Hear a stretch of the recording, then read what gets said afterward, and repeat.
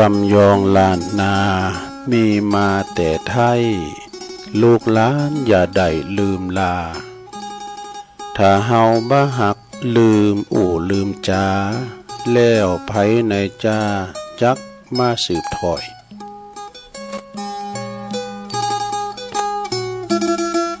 ขอความนอบน้อมแด่พระรัตนตรัยอันมีพระพุทธพระธรรมพระสงฆ์เป็นสรณะที่พึ่งขอกราบแนบไต่ไหวสาถวายความเคารพมายังครูบาอาจารย์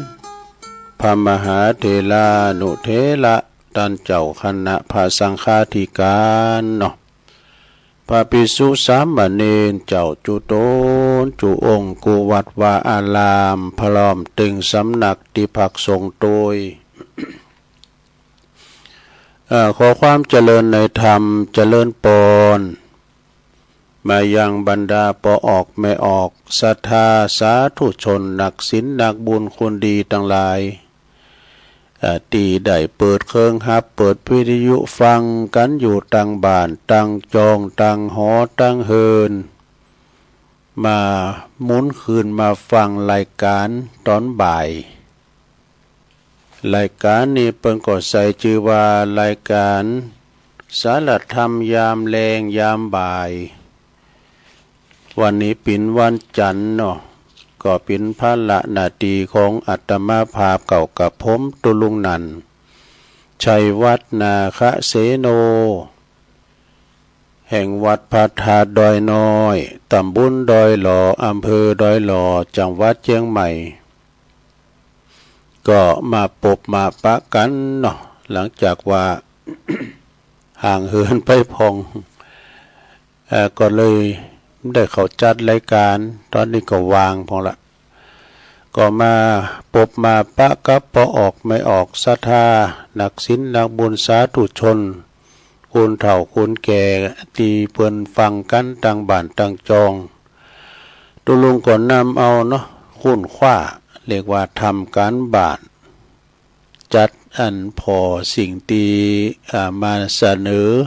นำเสนอศรัทธาได้ฟังเป็นคติธรรมพองนิทานธรรมพองมรดกธรรมพองเตนำเตธรรมพองก็เอามาเล่าสู่จู้กันฟังเนาะศรัทธาญาติโยมทั้งหลายในรายการนี้ก็มีครูบาอาจารย์หลายก็หลายตุนที่เพิ่นมาจัดในเวลานี้นะตั้งแต่วันจันทร์ถึงวันศุกร์วันเสาร์วันติดนี่ก็จะบ่มีเวลานี้นะ ก็จะเป็นรายการอื่นกันต่อไปศรัทธาญาติโยมทั้งหลายก็ฟังกันไปเนาะแต่ว่าคุณฟังเมื่อแรงตอนบ่ายนี่ก็บ่ป้อนลำไข่มีหนักสักต่อใดเปิ้นก็ไปทำมาหากินกันนะก็จะมีก็ปอลงแม่ลงเขาเนาะอยู่กับฮอกับเฮินฟังแก่งอมแก่เงากันไป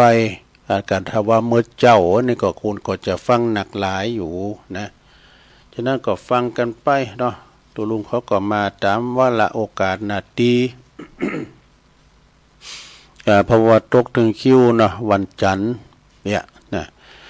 ก่อนอื่นนี่ก็ขอประกาศตั้งงานคืนสถานีคืนบุญแต่ละคืนกันสถานีในวิทยุในเครือข่ายที่เปิดรับสัญญาณรายการธรรมะส่งเวลาตั้งแต่ 15 ถึง 17 นาฬิกาหรือว่าบ่าย 3 ถึง 5 โมงเนาะดังต่อไปนี้ขอบคุณสถานีวิทยุคณะสงฆ์อำเภอฝางจังหวัดเชียงใหม่ FM 100.25 เมกะเฮิรตซ์พี่น้องฝางไม่อายใส่ประการก็ฟังกันลงกันหลาย ก็ฟังกันหนักหลายขอบคุณสถานีวิทยุคืนพระพุทธศาสนาการศึกษาและวัฒนธรรมของวัดไฟหินFM 104.50 เมกะเฮิรตซ์อันนี้ก็คืนใหญ่คืนโลงเนาะแผ่ภายกระจายเสียงไปแผ่วหลายดอยบุนะดอยนางแก้วดอยขุนตาลโปไปปุ่นไปตังเจียงดาวบุนะองค์ขลุงในมือก็ครอบคลุมกันฟังกันไป ขอบคุณสถานีวิทยุมนต์เสียงธรรมวัดบุพารามอันนี้อยู่อำเภอแม่แจ่มบุญเด้อเมืองในหมอกเหมือนกัน FM 106.25 เมกะเฮิรตซ์เนอร์ขอบคุณสถานีวิทยุบ้านทุ่งเรดิโอ FM 89.50 เมกะเฮิรตซ์อำเภอสันป่าตองจังหวัดเชียงใหม่ของปอดมเนอะปออุดมแม่เทียมวันพุทธวงศ์คืนนี้ก็ไปไกล และก็ขอบคุณมจร.ลำปางขอบคุณสถานีวิทยุวิทยาลัยสงฆ์นครลำปางตั้งอยู่ที่วัดบุญญาวาสวิหารเนอ FM 106.50 เมกะเฮิรตซ์พี่น้องลำปางก็ฟังกันลงกันหลายอยู่เนาะสถาก็ฟังกันไปนะสุสังรพเตปัญญังการฟังโดยดีก็ยอมจะเกิดปัญญาเนอศรัทธานะปัญญาเกิดจากการฟังก็ฟังกันไปนะเพราะว่าเวลาว่าเราฟังไว้แล้วก็หูตากว้างไกลตุลุงก็มีวิทยุน้อยแค่นี้กันไปจะช่วยงานที่หันที่นี่ก็เปิดฟังไปฟังครูบาอาจารย์ไปพองเอี้ยนะศรัทธาญาติโยมพอการฟังเนี่ยเฮาฮู้เนาะมันมีงานบุญงานหยังที่ไหนก็สังกายนะฟังกันไปเนาะเพราะฉะนั้นวันนี้ก็เป็นวันจันทร์ที่30แล้วก็เนี่ยนะโอ้แถมผูกแถมวันก็จะเป็นวันสุดท้าย31ซึ่งก็จะเป็นวันส่งใต้ปีเก่าตอนรับปีใหม่ทำแล้วเนี่ยศรัทธาญาติโยมวันเวลาลงเลยผ่านไปแต่แป๊บเดียวก็ถึงปีนี่มันไปกุวินาทีนะความแก่ของเฮานี่ก็ไปตามเวลาเด้อแก่ตั้งแต่วินาทีตั้งแต่นาทีตั้งแต่ชั่วโมงพดไปถึงหลายชั่วโมงก็เป็นวันแก่วันแล้วก็มาแก่เดินแถมแก่เดินแล้วมาแก่ปีทำนี่แก่ปีก็คือแถม2 วันจะหมดปี2567ไปซะดาอันเก่าๆดีเอาควางก็เอาควางกันไปสิ่งใหม่ๆก็เข้ามาก็โอ้ยโจกโอ้ยใจกันกูปีเนาะศรัทธาเนาะมาปิ่นกำปิ่นมงคลปิ่นมั่งกันละเฮาต่างหลายละวินอันเก่าที่มันบ่ดีอีกนะสร้างความเดือดร้อนให้พี่น้องเจ้าบ้านก็ปรับปรุงกันแท้ใหม่ชีวิตเฮานี่มันบ่แน่นอนเนาะอย่าประมาทในวัยอย่าประมาทในอายุเฮาประมาทในวัยก็เฮานี่ยังหนุ่มยังแน่นอยู่ยังบ่เฒ่าบ่แก่อยู่แถมมึนอยู่นะอันนี้ประมาทในวัยบางทีเนาะหนุ่มว่าเฒ่าว่ามักจุลาดมันดึงบ่เลิกดูก็ถึงหมดเวลามันก็เอาไปซะละฉะนั้นตั้งตนไว้สอบแล้วก็สร้างบุญกุศลไว้คุณเฮาแล้วก็จะได้ปินทุนปินฮ้อนปินป่าไทยยังไว้กินไว้ในภพหน้ากันต่อไปนะก่อนอื่นนั้นก็เอาอันนี้มาว่าให้หน่อยหนึ่งก่อนเคยว่าแล้วเนาะศรัทธานวกะนี่นวะนี่แปลว่าเก่าโหมดที่เก่านี่ก็คือว่ามัลละคือมนทินมันมีอยู่เก่าอย่างด้วยกันนี่มนทินมีเก่าอย่างเป็นหยังปะล่ำเปิ้นก็ว่ามีความโกรธความเกลียดโมโหโทโสนี่หนึ่งนะโกรธหนึ่งลบหลู่บุญคุณตันหนึ่งลิษยาหนึ่งตนีหนึ่งมายาหนึ่งมักอวดหนึ่งพูดปดหนึ่งปรารถนาลามกหนึ่งแล้วก็หันพิษหนึ่งดูศรัทธาญาติโยมมาละคือมนทินทั้ง9มันมีอย่างอี้เด้อศรัทธามนทินนี่เป็นเครื่องเศร้าหมองเด้อมันถึงบ่ผ่องใสเป็นเรื่องเศร้าหมองเป็นเรื่องตีบัดดีอินะเนาะทำหือบ่ปลอดโปร่งบัดเจริญก้าวหน้าพึงกำจัดมนทินตั้งต่อไปนี่เด้อถ้าเฮามีความโกรธความเกลียดโมโหโทโสนะ กำจัดโดยความเมตตากรุณาเด้อเอาไปดับมันเห ดับความโกรธนะชนะความโกรธเนี่ยเพราะว่าใจเฮานี่สำคัญใจปีนนายกายปีนบ่าวเวลาเฮาโกรธมานี่เฮาหลังงับไอ้นะกืนกินเนี่ยกืนน้ำลายเฮออกไอ้นะ มีความโกรธโกรธโมโหโทโสมาถึงบัดนี้สักอย่างดีอย่างเดียวตำน้ำพริกไอ้นะมันปันเหล็กไงตัวลุงทองปนว่านะความโกรธนี่บางทีนี่คุณแต่คุณวานะมีหน้ามีตาหุนหันพลันแหลนความโกรธโมโหโทโสมาหันอย่างก็กำควางหมดนี่นะ สะเดก็ปิ้นเลิงปิ้นลาวสะเดปิ้นปืนผาหน้าใหม่เปิ้นมาสอบถามล่ะผมทำไปโดยไม่รู้สึกตัวโดยประว่าอย่างนี้ก็อารมณ์ชั่ววูบเพื่อถึงวาไปดง แต่ความโกรธนี่นะมันถึงมีแต่ลบหลู่บุญคุณของตันนี่อันนี้ก็คือกำจัดโดยสังกัตตัญญูกตเวทิตากัตตัญญูกตเวทีไปลบหลู่บุญคุณเปิ้นนี่นะเอาก็แก่โดยอันเนี้ยนะความกตัญญูนะอย่างคุณปอคุณเมเนี่ยศรัทธาญาติโยมจะไปลบหลู่บุญคุณเปิ้นเล่งเข้ามานี่ใบใหญ่ก็กองใหญ่เล่งเตาหอยตีนเตาฟ้าหอยอมปออมปอยยุงบ้าหืดไตไล่บ้าหืดตอมลูกบางคนก็นึกถึงบุญคุณพ่อแม่กับปีใหม่ก็ปีใหม่ไทยปีใหม่เมืองก็ซื้อยัดติดไม่ติดมือไปปิ้นผ่านนุงโคใบก็นะเอาไปฝากแล้วสมสุกลูกไม้ก็เอาไปฝากไอ้น่ะเนาะเป็นความกตัญญูกตเวทีเวลาเปิ้นลุ่มหายตายจากไปกดตานโก้เข่าคือเปิ้นนี่นะในเวลาโอกาสครบรอบวันตายของพ่อก้าของแม่ก้าไอ้น่ะก็ทำไปอันนี้เป็นลบหลู่บุญคุณท่านแก่กำจัดโดยกตัญญูกตเวทีลิษยาเหรอลิษยาในกำจัดด้วยมุทิตาจิตนี่ลิษยานี่นะลิษยาอาขาดนะกันเนาะลิษยาแล้วก็ความตนีเนี่ยเราขิจิเนี่ยนะกำจัดโดยอย่างจาคะนี่จาคะก็คือบริจาคให้นะตนีก็คือความขิจิคุณขิจิภัยตึงบ่ถามหาคนมีเมตตาไปตังใดที่ไหนถึงบักกัน คุณมีเมตตานะไปจับโกเข่าก็เปิ้นห้องกินเข่านะเปิ้นมีเมตตาด้วย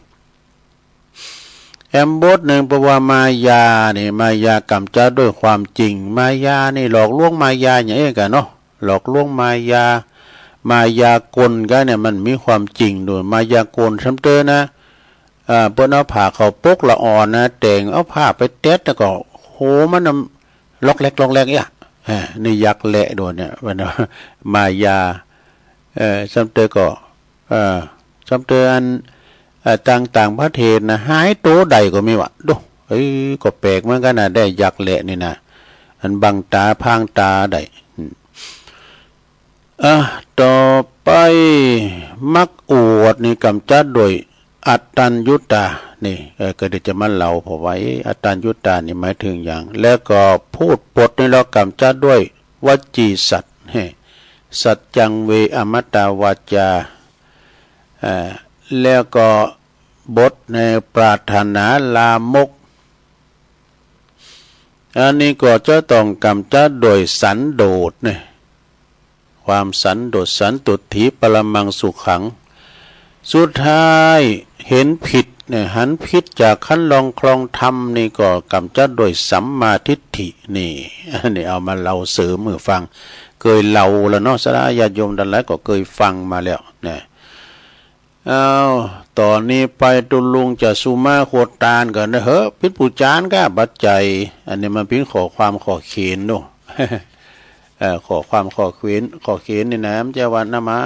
มีอันใจเตอสุมาเกี่ยวเจ้าทั้งสามเนี่ยเปิ้นก็บอกว่า การขอขมาพระรัตนตรัยปนวงเรียกว่าสุมาเกี่ยวทั้งสามเนี่ยเกี่ยวทั้งสามมีอย่างพองเนี่ย แก้วทั้งสามนี่ก็หมายถึงพระรัตนตรัยที่เปิ้นเรียกว่าแก้วสามดวงนะแก้วสามดวงแล้วก็แก้วสามประการก็ในบริเวณวัดนะในบริเวณวัดก็เรียกว่าโคงแก้วทั้งสามก็ว่าได้นะโคงแก้วทั้งสามก็คือโคงแก้วทั้งสามนะในบริเวณวัดเท่านี้นะขันที่เปิ้นจะจัดดอกไม้สำหรับปูชาพระรัตนตรัยตั้งล้านนาเฮานี่เปิ้นเรียกว่าขันแก้วทั้งสามเด้อแม่ใส่ขันแก้วทั้งสามไปก่อนเด้อพุทโธอะระหังธัมโมปัจจตังสังโฆยะติตังน่ะต้องนึกถึงว่าอย่างนี้มันมีสามเหลี่ยมดอกสามแจงที่หนึ่งพุทโธอะระหังหลวงว่าได้ก็ได้ก็ตุไม่ไปนอนวัดแล้วมันได้แจงที่สองก็ธัมโมปัจจตังแจงที่สามสังโฆยะติตังให้กำใส่ขันแก้วน่ะใส่ขันแก้วตั้งสามเลือดโดยเหตุว่าคุณล้านนาเฮานี่นะเปิ้นมีความเคารพนอบน้อมในพระรัตนตรัยเป็นสิ่งเป็นที่สุดเลยนะโคงแก้วตั้งสามนี่นะแม่ว่าทำสิ่งดีทำในสิ่งดีบ่ขาดความตีขาดความเคารพนับถือเช่นเปิ้นบดีไปเหยียบย่ำทำลายแม่แต่วัดวัดหางก็ตามเถอะนะตีเปิ้นเป็นเปิ้นเคยเป็นวัดมาแล้วแต่มันล่างไปวัดวัดหางวัดล่างเนี่ยแม่แต่ว่าเปิ้นจะต้านสายต้านเตนหรือเนาะก็เลยว่าเขาไปเก็บผักไปหักหน่อกะหันมันหมอก็เอามาไปเอาหลูพองไอ้น่ะเก้าตานปีตานมันอยู่หันเขาไปขึ้นมาเอามาแกงน่ะวันเขตคงแก้วตั้งสามเก่าลูกเป็นว่าวัดวัดหางหันนั่นพริกแดกกะบะคือกะไอ้น่ะเอามาเก็บมากินหรือว่านกมันซับไปกินแล้วสุมาเดี๋ยวเอามันไปขี่ไปถ่ายแล้วก็มันเกิดงอกเงยขึ้นมาปิ้นแถมปิ้นพริกแดดแถมไม่น่ะเอาไปเก็บมากินนี่ปุโรตัวอย่างปิ้นบาปอาจารย์เขินคำท่านพระครูเวรุวันพิทักษ์เปิ้นปิ้นอดีตเจ้าคณะอำเภอป่าสร้างในประวัติเจ็ดจินขี้นกก็ว่าของสงฆ์เนี่ยมันจะให้มันดีนะลงเนาะไปเก็บฮักหน่อก็ไปเก็บเฮ็ดเก็บสามารถกินก็เนี่ยเวลาว่าเปิ้นเข้ากำที่ไหนเปิ้นจะต้านสายต้านเตนดอกต้านสายต้านเตนก็มีปฏิบัติไปเอาอันพักไม่ใส่คือมาใส่ล่อดอกสเตอร์เปิ้นก็ใส่ล่อใส่สำเภาน่ะฝักแฟงแตงเต่ากะเปิ้นต้านหมดน่ะของน้อยเต่าแหนบของแหลบเต่าขิมน่ะปิ้นต้นว่าปิ้นเล็กปิ้นลาคาลุพันละหูพันนี่น่ะอันนี้ก็คือว่าไปขมาเกี่ยวเจ้าทั้งสามไปตานสายตานเตนครูบาอาจารย์เพิ่นก็จะได้ปลดปล่อยให้ได้ปิ้นป้นกรรมนี่นะแม่ว่าเฮาจะไปปัดกวาดหยังก็ตามในเขตวัดวาอารามนี่ก็จะทำด้วยความเคารพยำเกรงเนอะมีความเคารพยำเกรงเพราะว่าโกจะปิ้นบาปแต่ก่อนในเมื่อว่าเขาจะเข้าไปวัดไปว่าโคงแก้วตั้งสามเนี่ยนะเพิ่นจะถอดแคบไปลงคุณทำเก่านะเพิ่นจะถอดแคบบ่ได้เพิ่นจะรองเท้าเนาะแคบนี่ก็โบราณแบบก็ตัวภาษาย่องเพิ่นว่าแคบหรือว่ารองเท้าเกือบนี่นะเปิ้นจะถอดออกนะกันไปตามเมืองมารพม่าซ้ำห้าเนี่ยเขาเข้าไปโคงแก้วอารามทั้งสามจะไปไหวพระธาชเวดากองกะแม่แต่เจ้าคุณมุนนายกษัตริย์กัมสังกะนี่เปิ้นจอดถอดฉลองพระบาทหมดเดินด้วยเท้าเปล่าเข้าไปเปิ้นนับถือขนาดนั้นนะบ่สมใส่เข้าไปในโคงแก้วทั้งสามนะแล้วก็เปิ้นว่าบ่ซุบกุบซุบหมกบ่โผกศีรษะน่ะเอาผ้าปันหูน่ะและเป็นนางพาหนะเช่นว่าไปขี่ม้ากะขี่จ้างขี่ม้ากะขี่รถถีบหรือว่าอื่นๆนี่น่ะ เหตุผลก็เพราะว่าโกจะเป็นบาปเนี่ยโกจะเป็นบาปเป็นกรรมโดยไปตกนรกอีกวะนะจนถึงสุดท้ายแห่งชีวิตเนอะเวลาคุณเจ็บไข้ป่วยนักเนี่ยนะไก่จะตายก็ไม่ได้ถอดจิตสักเตอเควินบากคุณบอกเปิดมาสอนปุถโธเนอธัมโมเนอนี่นะก็บาหายก็บาไปตั้งหน้าสักเตอเอาตุเจ้ามาเตธรรมาวินบากกาอีนะคุณเท่านี้ก็เรียกว่าทรมานสังขารลำเลิศเขาก็จะแปลงขันห่างขันไปก็ไปขอสุมาพระเกี่ยวเจ้าทั้งสามน่ะในวิหารก้ามจังไก่น่ะก็จัดดอกไม้จัดพานไปขอสุมาพระรัตนตรัยเรียกว่าไปขอสุมาเกี่ยวทั้งสามโดยที่ว่าเหตุนี้นะคุณล้านหน้าเนี่ย นิยมไปสุมาเกี่ยวเจ้าทั้งสามจัดว่าเป็นโอกาสในโอกาสดีๆเนาะเวลาไปสุมาบางทีนี่คุณเฒ่าจะไปก็งอบแงบกำเดียวเนี่ยอันนี้ไม่เชื่ออย่าลบหลู่เนาะเกี่ยวเจ้าทั้งสามในเวลาทำบุญก็เหมือนกันเนอะเวลาไปฟังเทศน์ฟังธรรมไปนอนวัดนอนวารักษาศีลเสร็จแล้วนะก่อนที่จะปิกวัดปิกบ้านปิกจองนี่เพิ่นก็มีโอกาสเนาะมันก็เป็นวันหนึ่งในโอกาสที่ทำบุญต่างๆนะบ่ว่าจะเป็นตีวัดหรือว่าตีบ้านก็ตามก็จะมีการตกแต่งดาขันเกี่ยวทั้งสามตีวัดเนาะสมมุติว่าตีวัดนะก็มีขันเกี่ยวทั้งสามขนาดใหญ่มีสามแจงนี่นะญาติโยมศรัทธาก็จะนำเอาดอกไม้ดอกม่อนทั้งหลายจากบ้านไป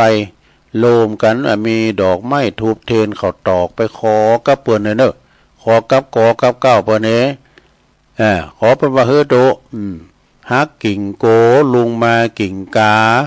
ลาจากต้นหล่นจากใบขาคอเกินไปนิพพานเสียเตอเจ้า นี่กรรมขอดอกไม้มาวัดนะเก็บดอกไม้กำเก็บดอกไม้เนาะที่บ้านเนาะที่บ้านเจ้าภาพนี่ก็จะแต่งจะด่าเองเด้อจะใจพานขนาดพอเหมาะสมเนี่ยนะแล้วก็การขอขมานั้นก็จะไม่อยู่สองอย่างเด้อสาธุการขอขมาเกี่ยวเจ้าทั้งสามจะไม่อยู่สองอย่างว่าพร้อมกันทำตามลำดับดังนี้เนาะปูจาพระรัตนตรัยต่อด้วยสุมาขันเกี่ยวทั้งสามเป็นภาษาบาลีจนจบแล้วก็จึงรับศีลเนี่ยแต่กับบางทีบางแห่งนะเปิ้นสุมาเกี่ยวเจ้าทั้งสามกันดู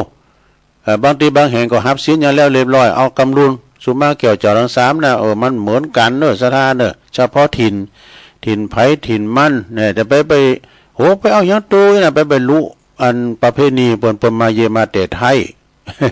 บ้านตูของเจอย่างอี้ดูกินแล้วตอนแล้วก็สุมาก็ไปว่าเปิ้นมันถิ่นไผถิ่นมัน ไหวพระรับศีลกำลุนก็มีอาจารย์มคณายกก็จะกล่าวคนเดียวเนอะแล้วก็จะกล่าวหลังจากเว้นตานจบนะปัจจุบันนี่เลอกันเป็นหนักเพราะว่าอย่างถือว่าการใจกรรมวันตาเนี่ยวันตาหลงเนี่ยมันก็มีหันหมดนะก็สุมาเหมือนกันเนอะสุมาแผวโขงสลีมหาโพธิ์ทิ้งหมดนะวันตาหลงมันมีพร้อมแล้วพอแล้วกล่าวพร้อมกันแล้วก็เป็นการขอขมาทั้งหมดอยู่แล้วจึงบ่ไข่สุมาขันเกี่ยวทั้งสามอีกนะเอาวันตาหลงเป็นหมอกว่ะ แต่ถ้าว่าเปิ้นในบ้านนี่นะเปิ้นจะว่าวันตาหลงเนอะพอจานเปิ้นจะนำกาเยนะเปิ้นเอากาเยข้อที่สองเนอะหลงในโอกาสการฟังเทศน์เสร็จแล้วก็จะปิกบ้านหรือว่ามานอนที่วัดรักษาศีลจนจบแล้วบ่หือปิ้นบาปปิ้นกรรมเนาะก็จะกล่าวกรรมขอสุมาเก่ากรรมสุมาเกี่ยวทั้งสามโดยผู้นอนวัดก็จะแต่งด้าเตรียมขันเกี่ยวทั้งสามขนาดเล็กขนาดน้อยอาจารย์วัดประกอบจะเป็นผู้นำผู้กล่าว ผู้เก่าคำโวหารต่อไปนะแล้วต่อไปข้อที่3นะลงเด้อข้อที่3ในอีกพิธีหนึ่งก็คือการเรียกว่าคุณเจ็บคุณป่วยเนี่ยไก่จะเสี่ยงบุญเนี่ยก็ทุรนทุรายเป็นการเวทนาเนาะเกิดจากบาปกรรมที่เคยประมาทโดยทางวัดทางวาจากายกรรมวจีกรรมมโนกรรมกายนะเปิดบ่หือเป็นบาปเป็นกรรมเนาะเปิ้นก็จะไปกล่าวอาจจะไปกล่าวลงเกินพลัตนาไตก็ติดตัวไปสู่ปาลลุปนาก็ญาติก็จะไปขอสุมา จะจัดแต่งได้ขันเกี่ยวตั้ง3ขอหึงปอนน้อยปอนนั้นปอจานลำวัดนี่ไปขอขมาสงฆ์ขอขมาเกี่ยวช่องตั้ง3ทำพิธีสุมาตั้งเกี่ยวตั้ง3ตุ้ยนะก็จะหันได้ว่าคุณล้านนาเฮาเมืองเหนือเฮาเนี่ยนะเปิ้นมีความรอบขอบมีภูมิปัญญาอันลึกซึ้งเนอะมีวัฒนธรรมอันดีควรที่จะอนุรักษ์รักษาต่อไปนี่สะท่าควรอนุรักษ์รักษาต่อไปเนอะกรรมสุมาเกี่ยวเจ้าทั้ง3แบบบาลีนี่เปิ้นว่าจะฮื้อพอตุลุงก็ใครลืมไปก็ให้ตุลุงจะเป็นผู้จานนี่ลองซ้ำโน้นทีนึงบ่เหรอโยสันนิสิโนวัลลาโปติมูเลมันลังสาเสนังมหันติวิจัยโยสัมโพธิมากาจิวะอนันตัญญาโนโลกุตตะละโมตังปนามามิพุทธังตังปนามามิธัมมังตังปนามามิสังฆังสุดท้ายก็จะว่ากายยัตตัวเลวาจีตัวเลมโนตัวเลสัญจิจโตสังอสัญจิจโตสังปมาทโตสังสัพพังโตสังขามันตุโนอันนี้เป็นบาลีแปลว่าแต่บทหนึ่งแปลว่าสำนวนที่2ว่าสาธุโอกาสกายกัมมังวจีกัมมังมโนกัมมังสัญจิจโตสังอสัญจิจโตสังปมาทโตสังอาติตนะโตสังปัจจุปันนะโตสังสัพพังโตสังฆมันตุโนนี่เป็นอย่างอี้ดอกอันนี้เป็นการขอขมาเกี่ยวเจ้าตั้ง3เด้อของล้านนาเฮานะถ้าญาติโยมทั้งหลายเอาให้ได้อีกก่อนเนาะสุมาขันเกี่ยวตั้ง3นะเอาให้ได้อีกก่อนก็จะว่าเรื่องอื่นก็ต่อไปเนาะโอ้ก็มีหนักมีหลายอยู่อันนี้เอาตั้งไปในตั้งไปนอกอันนี้ก็เอาโบป่นน้ำไม่กำเนาะเอาโบปุ่นน้ำไม่กำหนึ่งก่อนเป็นว่าซื้อพองก็ติ๊กว่านี่นะเป็นว่าการดำรงชีวิตอยู่ในความปอดีมีความสุขเนี่ยคือปอเปงเด้อปอเปงการดำรงชีวิตเฮาแบบบานฟุ้งเฟ้อบ่ก่อนนี่นะอยู่กันแบบถอยทีถอยอาศัยแบบบานบ่ฟุ้งเฟ้อเปิ้นว่าอยู่บ้านหลังปอดีอยู่บ้านหลังปอดีก็คือบ่โอดมีจนเกินฐานะเปิ้นคุณถามก่อนเพราะว่าเอามาปุ้นคานี่ก่อนนี่เปิ้นมุงคาจามคากิ่วนี่นะเปิ้นไผคากันโดขอสาวมาไผคาบ่าวก็มาแอวสาวก่อนตามก้มลงโดก้มน้ำมันนี่นะแล้วก็เปิ้นก็ไผคาแล้วก็เอามามุงอยู่เฮิรนมุงคานี่มันเย็นเนอะสระมันจะหอดแล้วก็มันจะอยู่ได้ประมาณ3 ปีนะคาเนี่ยแล้วก็ตะเริ่มหัวเนอะเริ่มหัวก็เอาอันคามาซ้อนซ้อนคาเนี่ยตุลุงพิษหล่อนะกะตุลุงเนี่ยได้อยู่เพราะตูบก้างเฟืองก็ได้อยู่มาแล้วนะตูบเล่าเข่าก็อยู่มาแล้วดู แล้วก็เปิ้นก็จะเอามุงคาอีกกันเนาะเนี่ยเกินไปอยู่เกินฐานน่ะพอมันป้นคานี่ก็เอาแล้วเนี่ย ฝุ่นตกมาในเวลาฝุ่นตกหาเลกนะปดโตคามันเต้นไกที่ไหนก็พิวัติโหมาได้เนี่ยปนว่าเนี่ยกำบักเก่าเพราะว่าเฮ้ยฝนตกว่าหู้เฮินไผโหน่ะเป็นอย่างอี้หอมหู้อันสภาวะของขอบโคเพิ่นเนาะแต่เพิ่นผิดกันเถียงกันเพิ่นหักกันแป้งกันหอมหู้เพิ่นโดอันนี้เพิ่นถึงว่าฝนตกหู้เฮินไผโหโอ้เฮาพอเฮินหลังหลงโอ้เพิ่นพินหนีเพิ่นหอมหู้น่ะซุมาเด้อเพิ่นว่าอยู่บ้านหลังปอดีอย่าอวดมีจนเกินฐานะเด้อนี่แล้วก็อยู่กินอย่างอยู่กินกินอยู่อย่าตะกะนะคือว่าไปขี้กะกินนี่นะหรือว่าเปิ้นว่าประหยัดเกินพอดีนี่ขอประหยัดมัธยัดเฮ็ดใส่ห้างเด้อลงเด้อบัดเดี๋ยวนี้เขาอยากหมักแป้งนะอันใดก็ปูดก็แป้งจะไปจ่ายเกินฐานะเนี่ยกะนะเสื้อผ้าที่สวมใส่เปิ้นว่าต้องบัดใจต้องบัดใจแข่งบัดใจใส่แข่งขันศักดิ์ศรีได้กะนุ่งเสื้อผ้าเนี่ยมันจะวัดกันที่ความมั่งมีหรือบางคนนี่คุณรวยเต้ๆนะสดาญาโยมเปิ้นแต่งตัวมอสอเปิ้นใจว่าไปตามแฟชั่นนะแต่งตัวมอสอไปนะครับพออย่างคุณตุกะนะแต่ว่าเปิ้นมีเงินมีคำเนี่ยเปิ้นแต่งตัวได้เปิ้นทำตัวเป็นมอสอน่ะแล้วก็เข้าของที่เฮามีใจประหยัดตัดประชันเด้อนี่คือว่าใจแบบประหยัดเข้าของที่เฮามีนะจะไปใจเกินตัวนะเป็นคุณเฮานี่ก็ต้องฝึกหัดในการประหยัดเด้อนะความประหยัดนี่นะศรัทธาญาติโยมถ้าวันวิกฤตเข้าแล้วเนี่ยซะดาบางครอบครัวเปิ้นจางเนาะเปิ้นจางไหลหาสภาวะนะสิ่งแวดล้อมอันใดก็ปูดก็แปลงอันมีหยังก็กินไปไข่แก่นนึงเอามาโขมาฉันก็กินไปเอามาโขไข่ก็กินกินไปเพราะว่าเปิ้นประหยัดมัธยัสถ์เขาเคยกินปุตโตอย่างมังอย่างมีแล้วก็สถานการณ์มันเป็นอันอย่างโควิดเขาแล้วเนาะมันมีตู้ปันเนี่ยก็ปันน้ำใจแบ่งปันน้ำใจกันเพราะว่า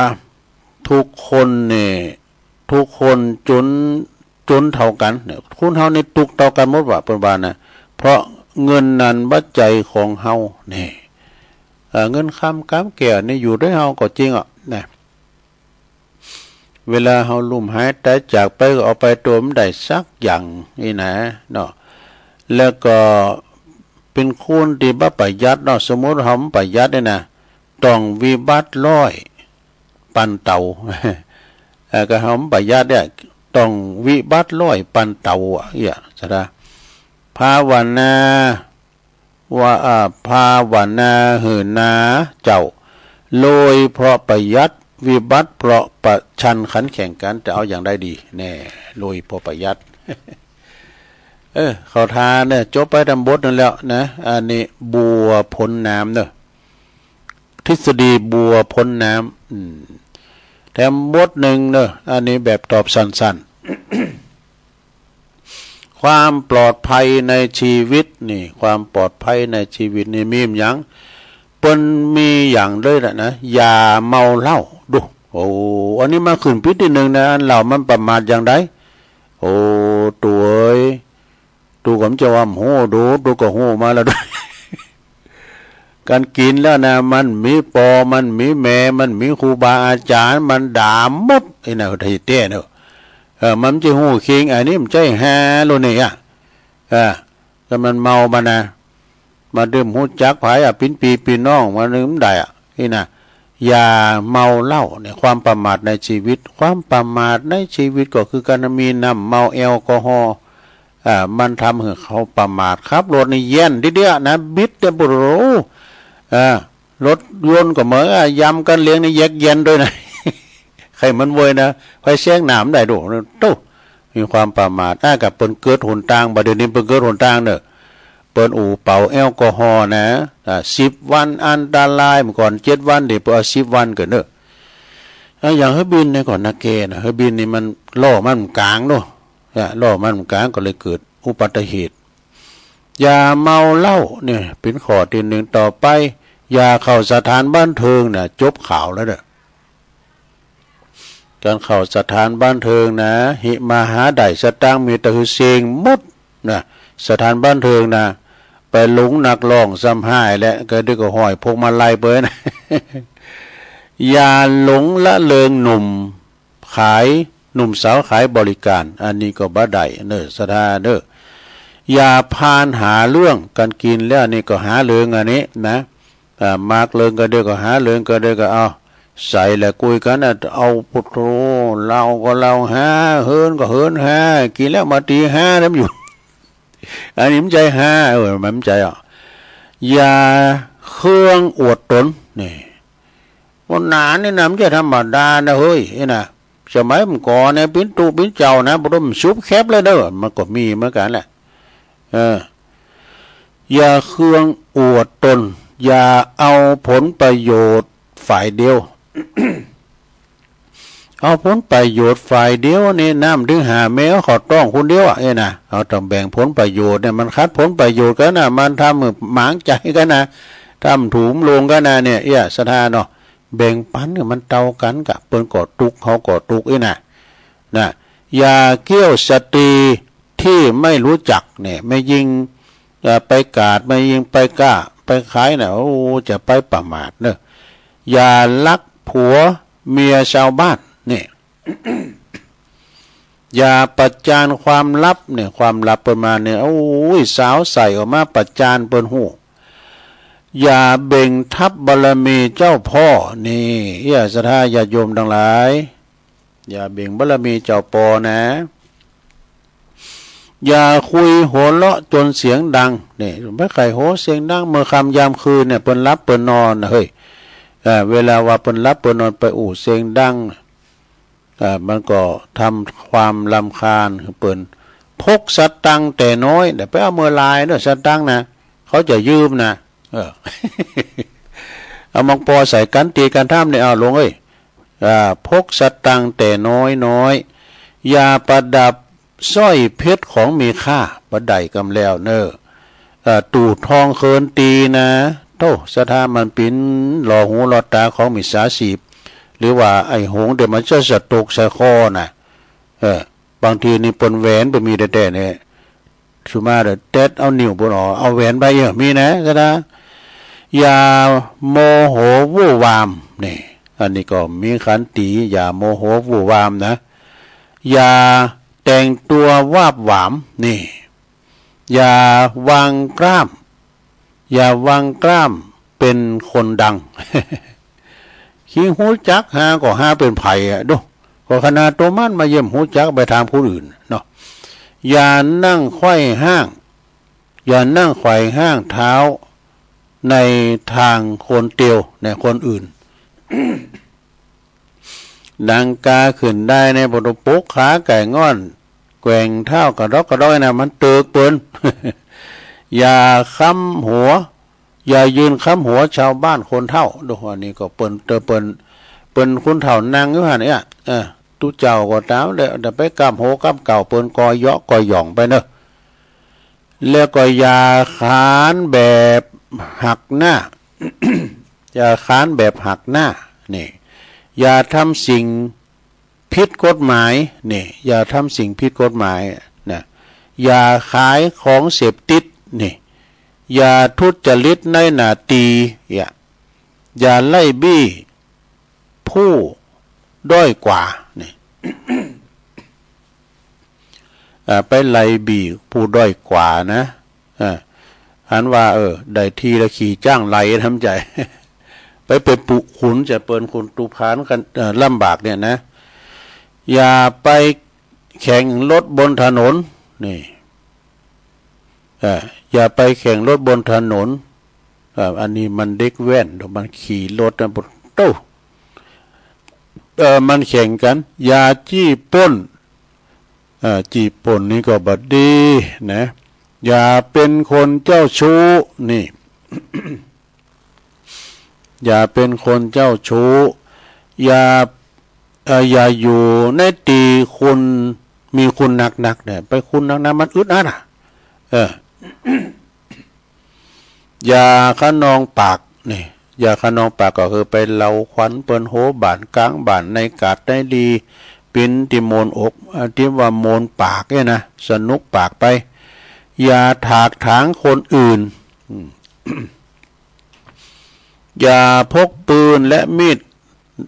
ติดตัว ไปพกมีดติดตัวเนอะ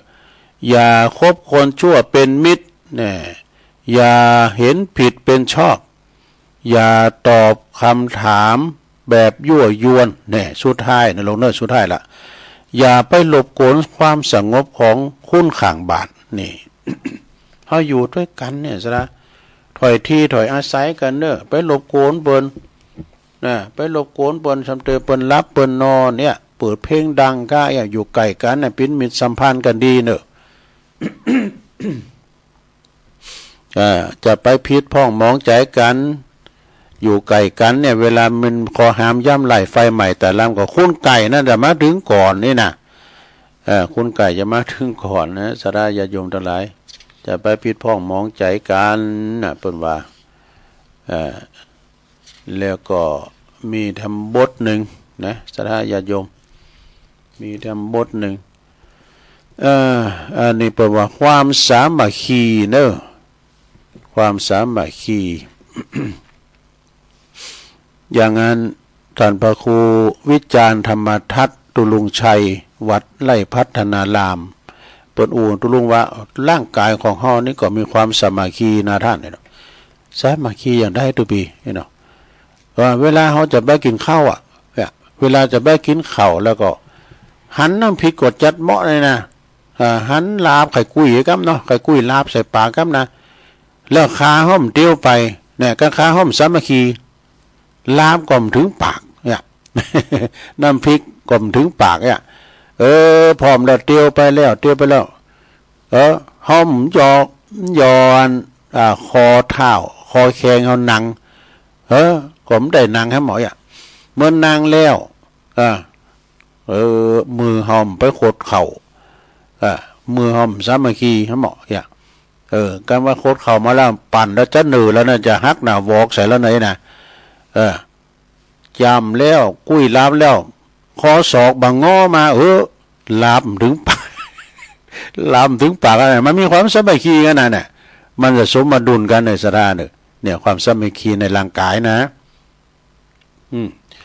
แล้วอันนี้เปิ้นว่าความสามัคคีสั่งสรรค์ความเจริญนี่พอเจออุปสรรคก็หักหารหักศัตรูอยู่โดยกันอย่างความมีผาสุกนะสังคมของเฮานี่จะมีแต่ความสุขเด้อเฮามีความสามัคคีกันเป็นน้ำหนึ่งใจเดียวกันนี่นะการรักษาและก็ความประสานสามัคคีนั้นอย่าติเปินแบบฮักหน้าแต่ไปติกันอย่าไปนินทานะนินทาเนี่ยมันกาเลเหมือนเทน้ำไม่ซอกซ้ำเหมือนเอามีดมากรีดเห็นแม้แต่พระปฏิมายังลาคินเหตุไฉนคุณเดินดินอย่างเฮาในกินข้าวแกงจะมาบะโดนเหล่าขวัญมันบ่ไม่มันจะมีหมดโลกธรรมทั้ง8นี่นะมีสักเสริญมีนินทาเราหน้าจ้าควันกันไปมีสุขมีทุกข์มันมาพร้อมกันโลกกับธรรมเนี่ยโลกกับธรรมทั้ง8อย่าได้นินทาอย่าได้ลบหลู่อย่าไปหูเบาเนี่ยเปิดเขียนไว้หมดนะความสามัคคีเนี่ยอย่าไปหูเบาเอาเปิ้นว่า อย่าไปถือโตเน แล้วอย่าเอาแต่ใจตนนี่ซะนะเย่หยังนี่เอาใจตัวเก่าวานะนะอันนี้มันมีแต่ไทยย้ำทองถามกันเกินเอาใจตัวเก่าวานี่อย่าไปบ่นว่าหือเปินนี่อย่าแช่เสือนในกิจกรรมนี่กิจกรรมเปิ้นมีอย่าพิษเลี้ยวลีบทำผิดแล้วรีบขออภัยก็หุนหันพันแลนไปหน่อยบัดเต้นได้กิจกรรมเนี่ยขออภัยเลยเนี่ยขอโทษหน่อยนะอันนี้ก็ยังถือว่าดีอยู่ได้รับอันยังรีบขอบคุณขอบคุณหลายๆเด้อนะภัยยิบยืนเนี่ยก็ตามเนี่ยอันตุลุงนะยินดีหลายๆเด้อเมืองเด้อลาเด้อ ยินดีเนอะนะเอาน้ำมาให้ตุลุงนะเนี่ยรีบขอบคุณเปิ้นโอ้บุญหักษานั่นแหละเด้อนะเอาน้ำมาถวายตุลุงเนี่ยรีบขอบคุณเปิ้นนะซ้ำเตอเฮาเนี่ยไปให้คุณรักคุณใหญ่ซ้ำเตอนะโอ้ดักกึกมึกว่าฮือก็หวายนะก็ยอมใจเขาให้หน่อยนึงก็ยินดีนะเมื่อเอ้ยนะอย่าไปจุนเรื่องส่วนตัวของเปิ้นแน่อันนี้จบไปบทนึงนะอันนี้ความสามัคคีเนี่ยเอาแทนบทนึงก็เต้นอยู่นะเดี๋ยวจะปันโจกโอยใจปอนปีใหม่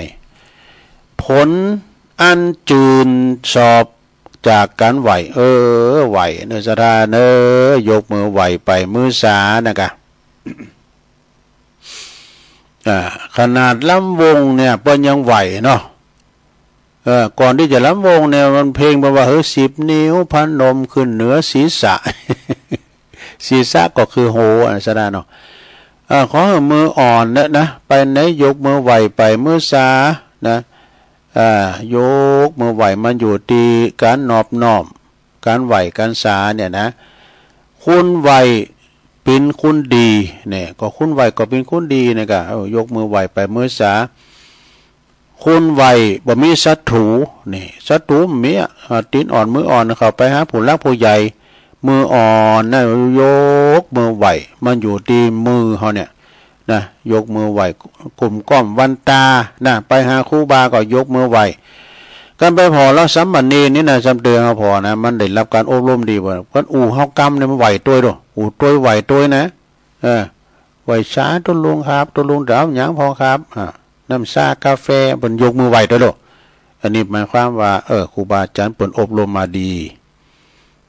เขาเดินเตียวมาตั้งยางตุเอายังพองตุเอากาแฟตุโอ้นี่หมอนน้อมเนาะหมอนน้อมนะไหวคุณไหวเชิดชูตัวเองนี่มันมีเสน่ห์ในตัวนะยิ้มแย้มแจ่มใสยกมือไหวไปเมื่อสาเนี่ยมันเป็นกิริยาท่าทางจรรยามารยาทเป็นเสน่ห์ในตัวเองคนไหวนักเลงไม่ทำร้ายแต่พี่เอาไว้สารลูกพี่นะไว้สารเนี่ยขอฝากเนื้อฝากตัวนั่นเนี่ยมันเป็นอย่างไรบ้างเนี่ยชี้เป็นรูปใครบักเนี่ยแล้วก็คุณไหวได้ทั้งหมดนี่ได้หมดนะของไหวได้เลยแต่ไม่ไหวละอ่อนเนี่ยก็ละอ่อนไหวเขาก็ไหวต่อไปอ่ะคนไม่ไหวอดทั้งสิ้นนี่อดเลยกันไหวนะคนไหวได้ไปได้ทุกถิ่นที่เนี่ยไปได้หมดอ่ะอ่อนน้อมถ่อมตนเนี่ยไปได้ทุกถิ่นที่คนไหว้เจริญสัมพันธไมตรีนี่กันเนาะแล้วก็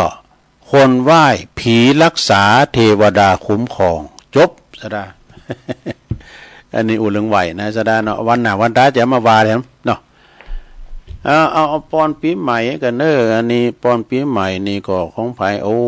อันนี้เมตตาบารมีธรรมหลวงปู่เฮาเนี่ยท่านพระครูสาธุกิจจานันท์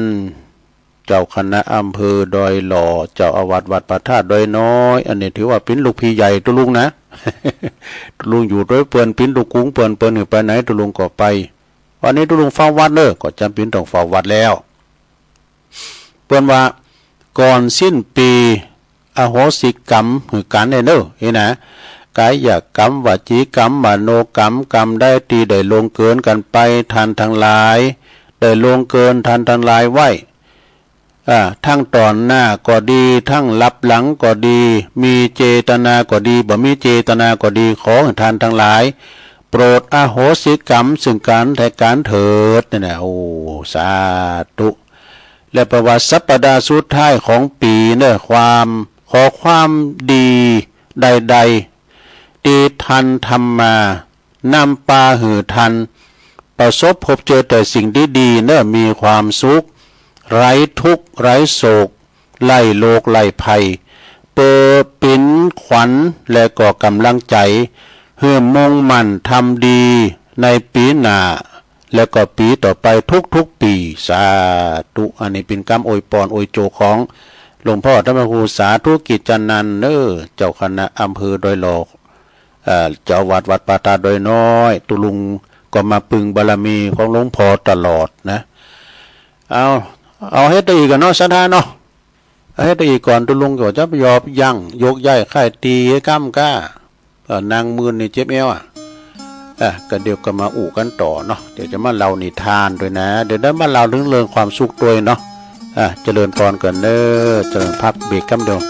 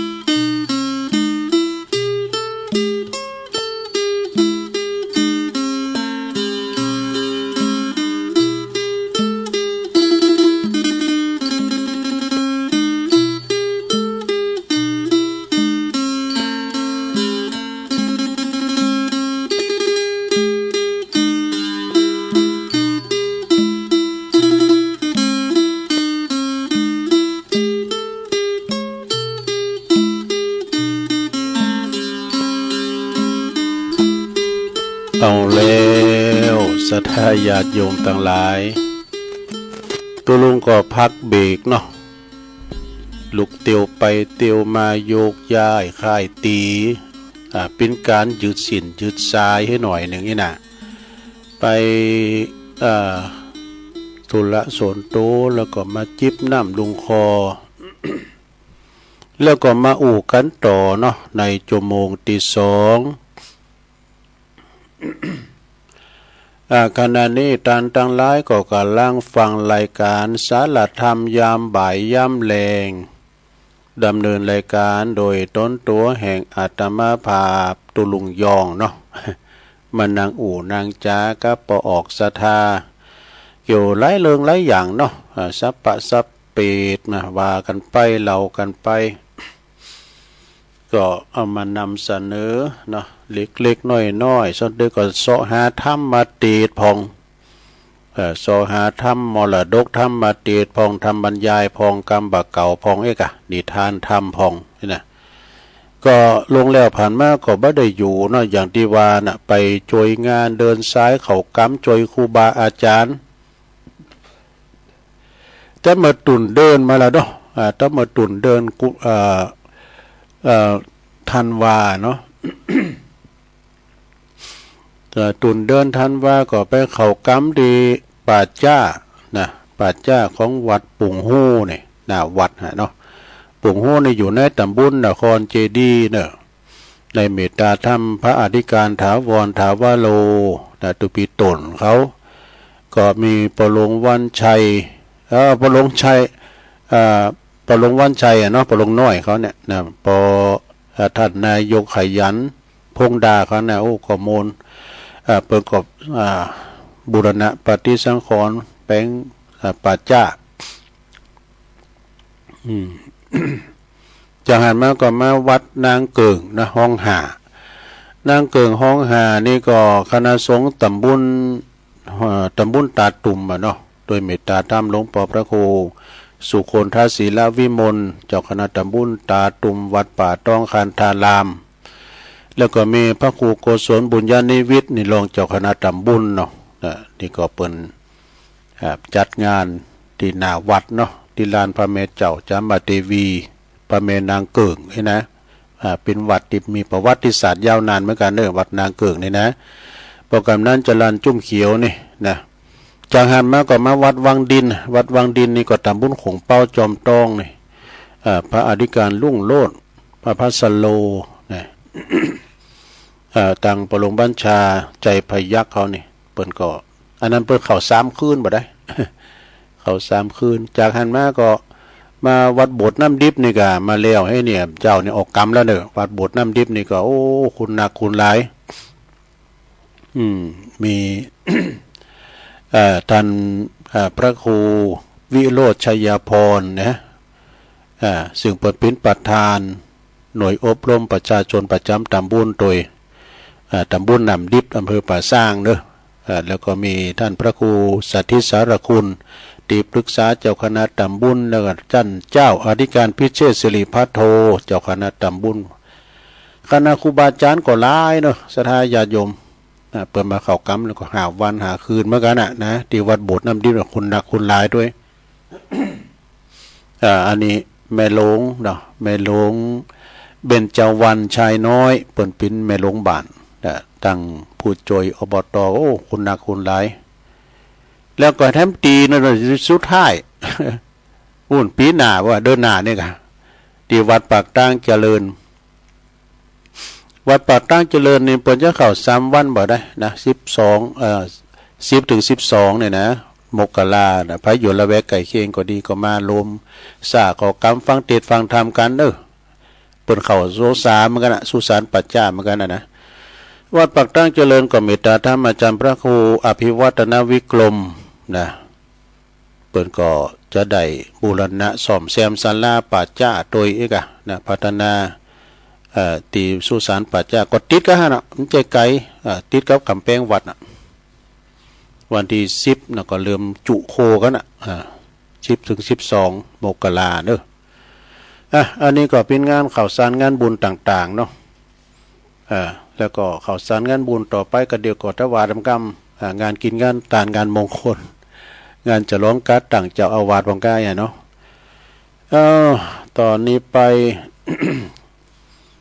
ตุลุงก่อนเจ้าขอบคุณนะประมองเนาะประมองพี่น้องไตปูนชมชวนเวียงหวายปูนนะ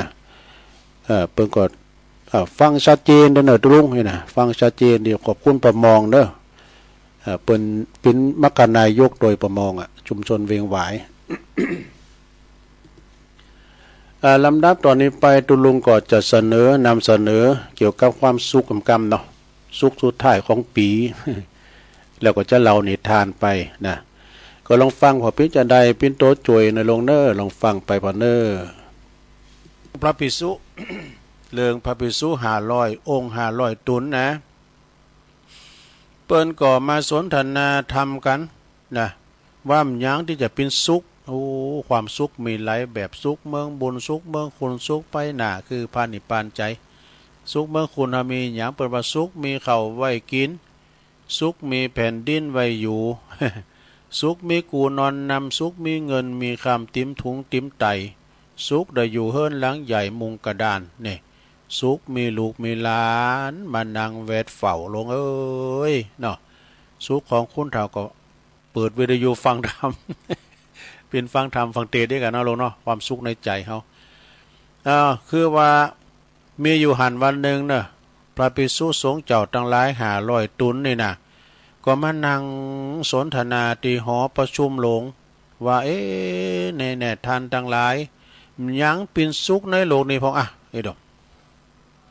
ครูบาอาจารย์ทั้งหลายก็โจทนากันกะพกหนึ่งเปิ้นก็ตอบว่าก็คืนว่าความสุขแล้วไปมีอย่างเสมอเป้งต่อความสุขปิ่นพระราชาบ่มีแล้วเนาะปิ่นพระยาเจ้าเมืองในมีความสุขว่ะนะลองไปถามมั้งกะถามพอเปิ้นอย่างปิ่นผุนนำเปิ้นมีความสุขเอาขึ้นง่ายๆอย่างปอหลงนี่นะปอหลงบาทเนี่ยเป็นซ่องใส่เยอะเนอะเรื่องให้เรื่องดีมาหันหมดสดามรสุมต่างๆเหมือนกับตุหลงน่ะ ได้รับผิดชอบหมดอย่างเจ้าอาวาสก็ดีปอหลงก็ดีลูกบ้านทะเลาะวิวาทกันต้องไประงับ ต้องไปไก่เกลี่ยไปเคลียร์เฮือแล้วให้ที่ปอหลงเลยเนอะสู้เขาจะไปมาขึ้นโลงขึ้นศาลเนอะเสียงเงินเสียงทองนะไปเคลียร์หรอกเนาะอันนี้สุขของพระราชา พระภิกษุทั้งหลายแถมพวกหนึ่งก็ขึ้นชื่อว่าความสุขเพิ่นก็บอกว่าไม่มีอย่างเสมือนกับความสุขในกามารมณ์นี่บ่มีแล้วนะก็สุขคือได้กินแขกแต่งงานเนาะได้แต่งงมแต่งงานกันเนี่ยกะแต่บางโพกก็ขึ้นว่าชื่อว่าสุขมีความสุขจะมาเสมอเหมือนกับได้กินข้าวล้ำๆนี่กินกับเนื้อต่างๆก็มีกินกับข้าวสาลีบ่มีแล้วอีวะเนี่ยอันนี้เกิดว่าเรื่องกินเนอะนี่นะ พระภิกษุเรื่องกินเรื่องฉันเปิ้นว่ามีเตาข้าวสาลีกับเนื้อต่างๆบ่มีแล้วความสุขเนี่ย ในขณะนั้นพระพุทธเจ้าเปิ้นทรงรับทราบโดยวิธีจิตหูติบของเปิ้นน่ะเปิ้นก็ได้ยัวยายออกจากคันตกุฏีนะมันนั่งตีโรงธรรมศาลาแล้วก็เปิ้นก็ถามว่านี่แน่ภิกขเวดุลาภิกษุทั้งหลายพวกเธอทั้งหลายเนี่ยโจทย์นะอู่กันเรื่องหยังจ้านะภิกษุที่เปิ้นมีโวหารก็ข้าพระบาทไทยเขาทั้งหลายก็มาอู่เรื่องความสุขในการหยังต่างๆนะสุขทั้งปวงนะพระพุทธเจ้าก็เลยตรัสว่าสุขทั้งปวงนั้นนับเข้าในกองตุกเนอะนี่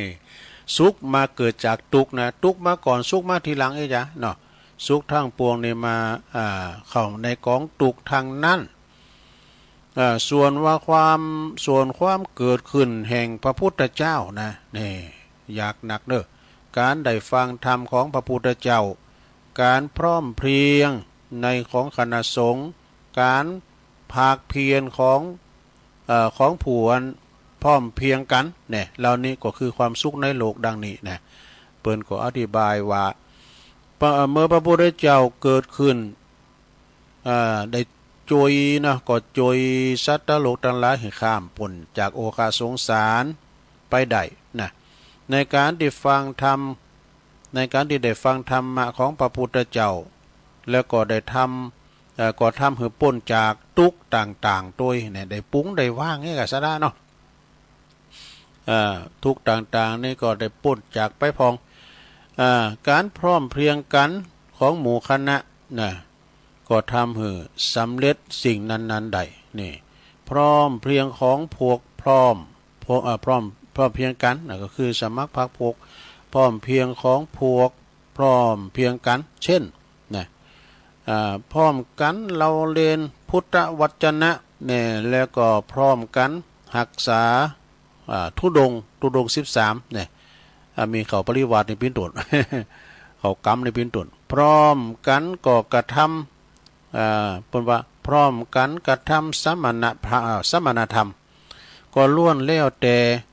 จักทำหือป้นจากตุกในโลกนี้ทั้งนั้นเนี่ยเป็นอันว่าพระพุทธศาสนาสืบความสมัครสมานสามัคคีสำคัญดังนี้จบสาระ อันนี้มันพอยาวก่อนเนาะอันนี้เป็นอันนิทานมาจากในชาดกเนอร์สถาฟังกันจบไปแล้วก็ยังมีทั้งอยู่นะสดาญาโยมทั้งหลายตุลุงติ๊กไว้นะติ๊กไว้ก็หลายอย่างอยู่ซัมเตตุลุงก็มันกำตึกก็อันนี้มาว่านี่นะเนาะมีทั้งอย่างหนึ่งสดา มีแถมอย่างหนึ่งอันนี้เป็นนิทานมาในชาดกแถมอย่างหนึ่งนะสดาญาโยมทั้งหลายก็พอยาวก่อมนะเปิ้นเรียกว่าธรรมทัชชะชาดกองค์สีนี่พิจารณาลองฟังบ่อันนี้เรื่องความอิจฉาริษยากันเนอะฟังไว้ณเวลุวันวิหารพระพุทธเจ้าเปิ้นก็ทรงเปิ้นก็ตรัสชาดกเรื่องนี้เพื่อแก้เหตุว่าพระเทวทัตนี่คิดจะสังหารพระองค์มาหลายครั้งแล้วนะมีความว่าอีเนอะในอดีตพระเจ้ายัสสปานีนี่เปิ้นเป็นราชาผู้ครองเมืองปาลาณสีเนอะนะแล้วก็พระตถาคตของเฮาเสวยพระชาติเป็นปุโรหิตนี่เปิ้นก็จะมีการสอนธรรมให้พระราชาอย่างเงี้ยประมาณนั้นนะอยู่มาวันหนึ่งนี่ปุโรหิตนี่เปิ้นก็จะกลับคำเนาะกับคำตัดสินของเสนาบดีเสนาบดีนี่ก็ไม่ค่อยดีสักต่อใดนะเสนาบดีกัน เสนาบดีผู้รับสินบุญมันรับสินบุญมาดูรับสินบุญแล้วก็เหือนปุโรหิตนี่ตัดสินความไปเลยมันผิดเอามันถูกเอามันผิดด้วยกะแต่ปุโรหิตอาจารย์นี่เปิ้นเป็นผู้ที่มีทรงธรรมมีศีลมีธรรมเปิ้นกลับคำเก็บกลับคำตัดสินของเสนาบดีกะนะทำมือเสนาบดีนี่อาฆาตแค้นโอ้ก็หับเงินเปิ้นมาแล้วนี่ไอ้เนาะมันลิ้นปืนโตเฮ้ย มีความแค้นนะอาฆาตแล้วก็คิดจะใส่ไล่ปุโรหิตกะคือพระราชาฟังจุนพระราชานี่หลงเจอนี่แต่ก็เคราะห์ดีนะตีปุโรหิตเนี่ยเปิ้นมีเป็นผู้มีศีลเป็นผู้มีศีลเต้าสักกะเทวราชปุ่นปนผู้ปิ้นใหญ่อยู่พรหมโลกนะโอ้ปนจอยเหลือนะจอยเหลือได้ทุกครั้งต่อมาเสนาบดีนะเสนาบดีผู้นี้ก็ฮู้ว่าโอ้ปุโรหิตาจารย์นี่มันมีเทวดาคุ้มครองจอยเหลือตลอดเลยนี่นะก็คิดอุบายทำไมเนี่ยวางแผนทำไมวางแผนทำในสิ่งที่เทวดาจอยบ่ได้นี่จะที่จอยบ่ได้ก็คืออันหาหมู่บริบูรณ์โดยองค์สีนะหาผู้ที่บริบูรณ์โดยองค์สีซึ่งเป็นติเทวดาได้จอยเหลือบ่ได้เนอะ ซึ่งเทวดาหามาจอยไม่ได้ที่นะจึงบอกอันต่างจึงบอกต่างจึงบอกต่างไปป้าใส่ชังโกลบกเนี่ยชังโกลบกนี่ก็คือเป็นคุณที่โคนผมนะแต่ผมโคนผมนี่กะเปิ้นมีนามว่าชัตตปานีนี่ชัตตปานีนี่เป็นชังโกลบกนะ ซึ่งในอดีตนั้นก็เคยเป็นพระเจ้าปาราณสีว่ะเนี่ยจัดแล้วปังหลังเคยเป็นพระเจ้าปาราณสีแต่ในจัดนี้เปิ้นบริบูรณ์โดยองค์สีก็คือนะคืออย่างนี้นะองค์สีก็คือไม่มีความลิษยานี่ไม่มีความดื่มน้ำเมาไม่มีความสิเนหาแล้วก็ไม่มีความโกธานี่สี่อย่างนี่นะเมื่อปุโรหิตาจารย์ได้ยินตีชัตตปานิกล่าวจึงได้ปาเข้าไปเฝ้าพระราชานี่แล้วก็เล่าเรื่องทั้งหมดให้พระราชาฟังพระราชาก็สำนึกได้เตียนว่าบ้านาละแวงปุโรหิตนี่เลยเปิดเป็นคุณสื่อคุณสายเป็นคุณมีศีลไม่ทำพระราชาก็เข้าเฝ้าพระราชาเราเรื่องทั้งหมดถึงพระราชาก็สำนึกที่ใดที่บ้านาละแวงปุโรหิตนี่นะแล้วก็จึงสั่งคือประหารเสนาบดีที่คิดบดียุยงประวายุแยงกระแทงลั่วนี่นะในครั้งนี้โดยจบสทายาโยมในกาลต่อมาเสนาบดีนั้นก็คือพระเทวทัตนี่มันคือให้ดูเนาะชังกระบกนั่นก็คือชังกระบกจัตตปานีนั่นก็คือพระสารีบุตรเนี่ยส่วนปุโรหิตาจารย์นั่นก็คือองค์ตถาคตเนี่ยข้อคิดในต่างธรรมวันนี้ก็เปิ้นบอกว่าบักกวนตีใส่ไล่ผู้อื่นเพราะจะนำภัยมาสู่ตนนี่สทาญาโยมทั้งหลายจะไปใส่ไล่กันเด้อนะใส่ไล่กันนี่มันบดีเหมือนกับนิทานเรื่องนี้นะก็จบลงไปยังมีทำเรื่องเราซะนะเดี๋ยวจบไปฮะเนี่ยเวลาหนีบเข้ามาเหมือนกันเด้อเรื่องนี้ทำเรื่องหนึ่งก็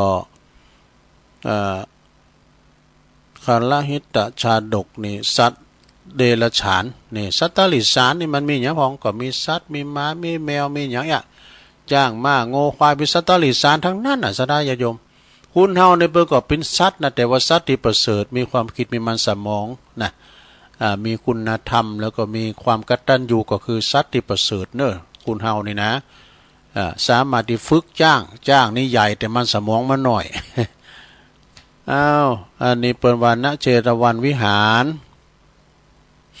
พระพุทธเจ้าเปิดกตรัสชาดกเรื่องนี้เปิดจี้หือหันโดดของ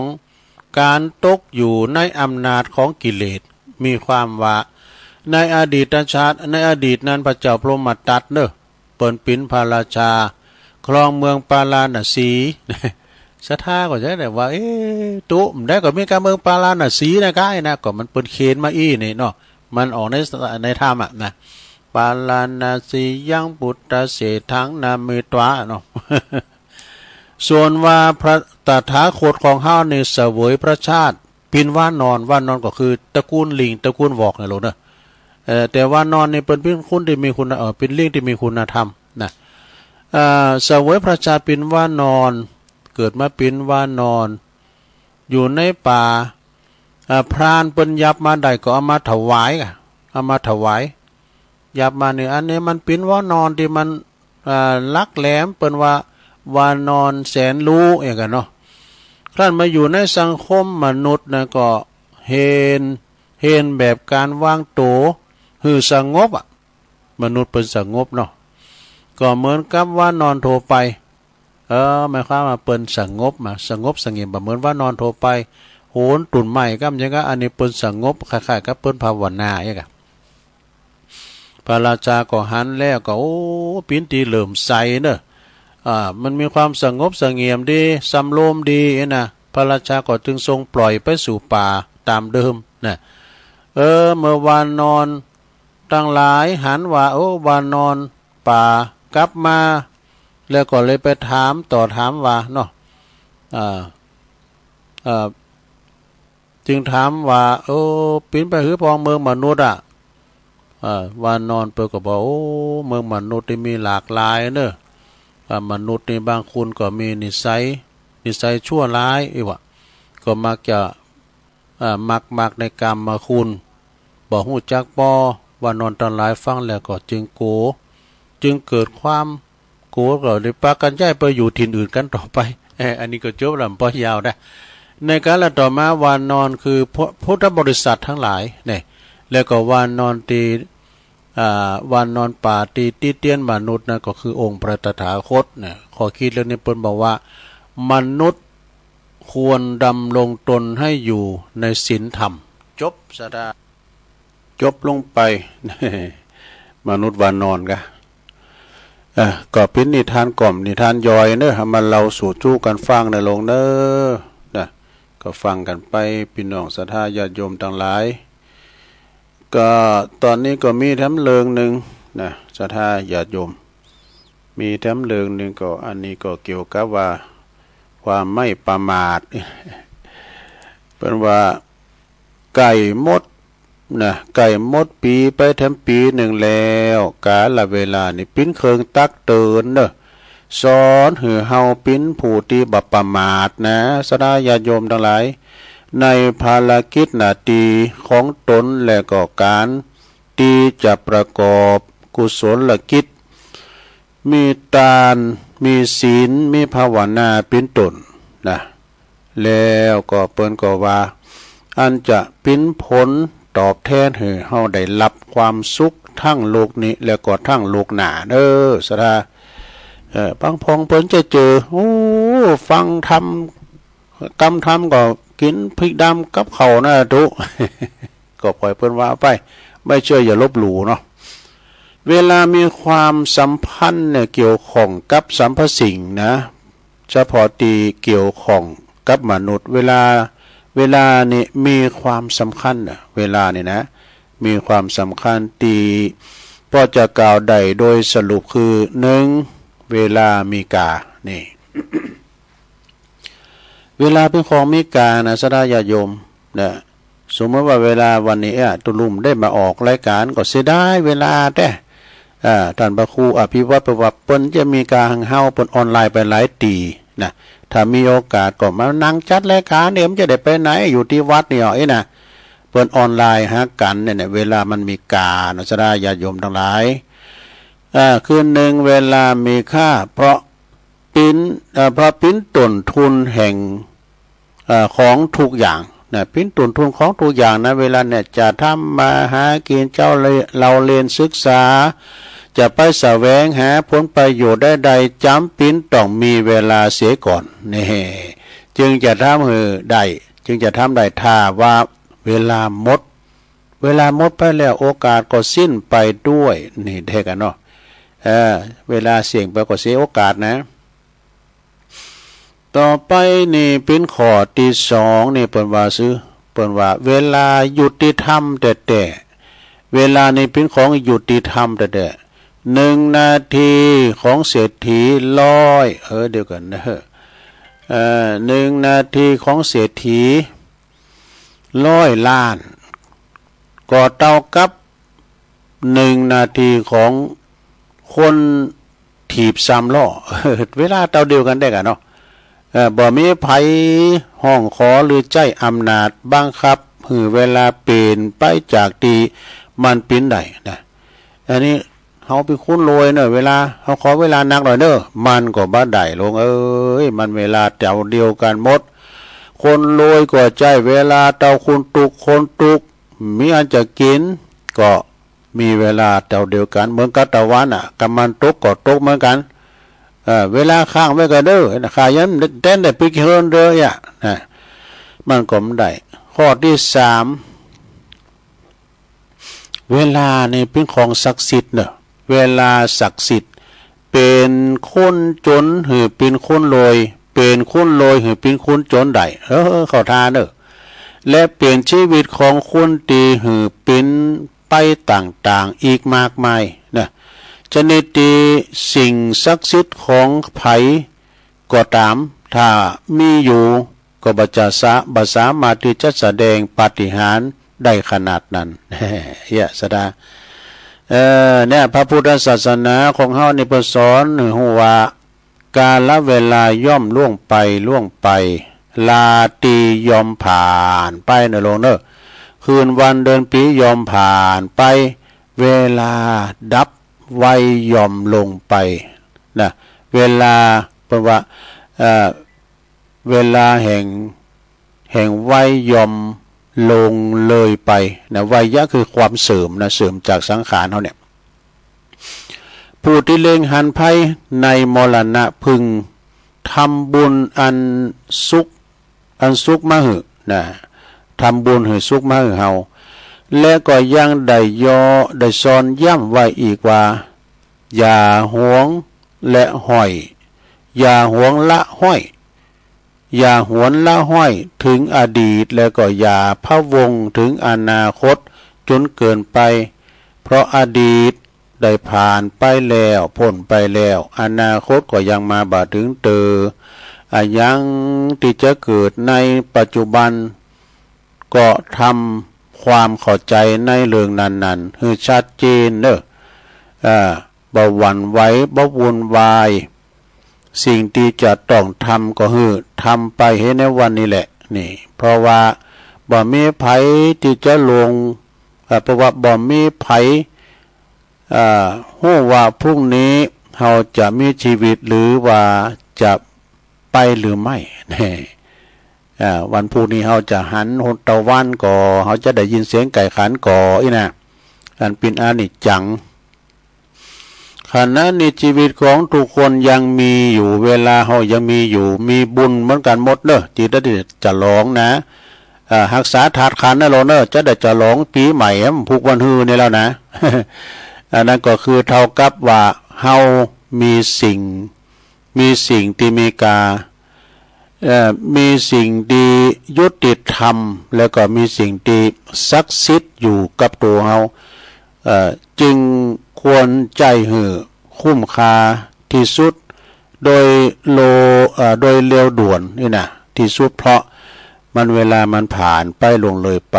แม้ว่าเป็นเศรษฐี100 ล้านก็ตามก็บ่สามารถเอาเงิน100 ล้านนั้นไปซื้อเมื่อวานซื้อว่านี่ได้นะโธ่ว่านี่มนแตะมนว่านะโธ่ไปแอวการแอวงานที่หันมนแตะมาว่าเขาจะซื้อเอาเงิน100 ล้านพันล้านมาซื้อว่านี่มันบ่มีแล้วนะกลับหายไปเป็นสมบัติของตัวเองไปอีกจึงควรพิจารณาเนืองๆตามหลักคำสอนของพระพุทธเจ้าพระพุทธศาสนาว่าวันคืนล่วงไปบัดนี้เราทำอะไรอยู่จบสระนะเนาะวันคืนลงไปเดี๋ยวนี้เฮาเย็นหยังกันอยู่นะจะไปนะรีบทำคุณงามความดีเสียในวันนี้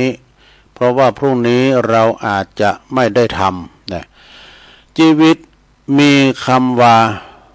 ชีวิตของเขานี่บ่มีคำว่าแน่นอนนะบ่มีไผลวงรู้ว่าพรุ่งนี้จะเกิดหยังขึ้นทุกวันเดือนปีทุกวินาทีที่ผ่านไปในขณะที่เรากำลังก้าวข้ามล่วงเวลานั่นหมายถึงการนับถอยหลังเนอะการนับถอยหลังแล้วนะการเดินของการที่มันมีลมหายใจอยู่ด้วยเช่นกันเขามีลมหายใจอยู่นับถอยหลังเนาะเนี่ยทำทุกวันหือดีที่สุดนะทำวันนี้หือดีที่สุดแล้วก็มีความสุขกับสิ่งที่เราทำนะสิ่งที่เราทำนี่ก็คือมีความสุขกายสุขใจของเราบ่เบียดเบียนความสุขของคนอื่นก็คือเราทำโดยตัวของเราเองเนี่ยชีวิตอย่าไปกึดหนักเกินไปตายไปก็บ่สามารถหอบยังติดตัวไปได้เลยนะทรัพย์สินสลิงข้านเข้าของเงินทองสมบัติภัสถานก็เอาไปบ่ได้นะสิ่งที่ตามเข้าไปมีข่าวกับดำบาปกับบุญชีวิตก็มีเต้าเอียมีแค่ไหนก็แค่นั้น มีแค่ไหนก็แค่นั้นเนอะลงเด้อคนเฮาอยู่กันโดยอีกนานนะอยู่กันแหมนานแหมมื่นอยู่อะแค่ไหนคนเฮานี่อยู่ได้อีกนานแค่ไหนก็บ่มีไผฮู้มัวแต่เล็งสร้างนะเล็งสร้างเล็งสะสมแต่กับลืมมีความสุขกับปัจจุบันบางคนยังบ่ทันได้ใช้ชีวิต ก็จากไปเสียแล้วเนี่ยบางคนนี่ก็หลังจากถึงสุขโอ้อันใดเฮาก็มีอาโลอาโตนเขาของเงินคำสัมปติหิหามาได้โดยน้ำพักน้ำแรงก็หลังจะเสวยสุขมักยุลาตุยเอาไปให้ก่อนหมดบุญเอาไปให้ก่อนเนี่ยบางมันก็มีเนาะมีสุขพองทุกข์พองปินธรรมดาของชีวิตแต่ถ้าเฮามีความสุขในทุกวันเท่าที่ทำได้นั่นแหละประวัตินั้นก็ดีดีที่สุดอย่าลืมว่าวันนี้คือชีวิตของเราใช้เวลาให้คุ้มค่าจบสระขอถามเหมือนกันมีธรรมบทหนึ่งสระเปิ้นว่าเดือนนี้เดือนสุดท้ายของปี67ที่จะจากเข้าไปแล้วอายุเฮาก็จะหนักขึ้นมาเปิ้นว่าเวลาที่เฮาเสียไปแต่เวลาใจชีวิตน้อยลงไปนะหลายสิ่งที่เข้ามาเฮาหลายสิ่งหลายมันหายไปนะอย่างมันหายไปบางอย่างก็คงอยู่จริงบางอย่างก็คงเหลือแค่ความทรงจำนี่บางอย่างก็กำลังจะเข้ามาเฮาบางอย่างก็กำลังจะจากหายไปแต่บ่ว่าอย่างได้ท้ายที่สุดเวลายังคงทำหน้าที่ของมันเนี่ยกาลเวลานี่นะยังคงทำหน้าที่ของมันเฮาทำได้แค่ไหนแค่เดินผ่านมันไปตอนใจชีวิตหือดีและมีความสุขที่สุดในทุกวันก็พอแล้วจบสดายาโยมเนี่ยขอคิดดีๆเนอะในมิตรธรรมอาจารย์พระครูอภิวัฒนวิกรมนะเอามาขยายความมือศรัทธาได้ฟังกันต่อไป เล็กๆน้อยๆเนาะศรัทธาญาติโยมทั้งหลายเนี่ยวันเวลาลงเลยผ่านไปศรัทธามันอยู่กับดีแล้วเขาก็จะไปจ้านะวันเดือนปีนั่นเพิ่นก็มีไว้บอกวันเวลาที่ได้มาก็คืออายุที่เสี่ยงไปอายุเอาเสี่ยงไปทั้งปีหนึ่งแล้วนะถึงว่าวันเวลาได้เอาเปลี่ยนแผนการเปลี่ยนน้ำใหม่อันนี้ต่างคนต่างคิดแต่ชีวิตของต้องเป็นไปนี่พี่จะได้ลองฟังพอดูบางคนในเรื่องเดียวกันแต่ละคนก็มีเวลามีความคิดบ่เหมือนกันนี่มันบ่เหมือนกันความคิดนี่นะคิดอย่างใดทั้งที่ชีวิตของพวกเฮาทั้งหลายเนี่ยอยู่ในโลกเดียวกันเกิดแก่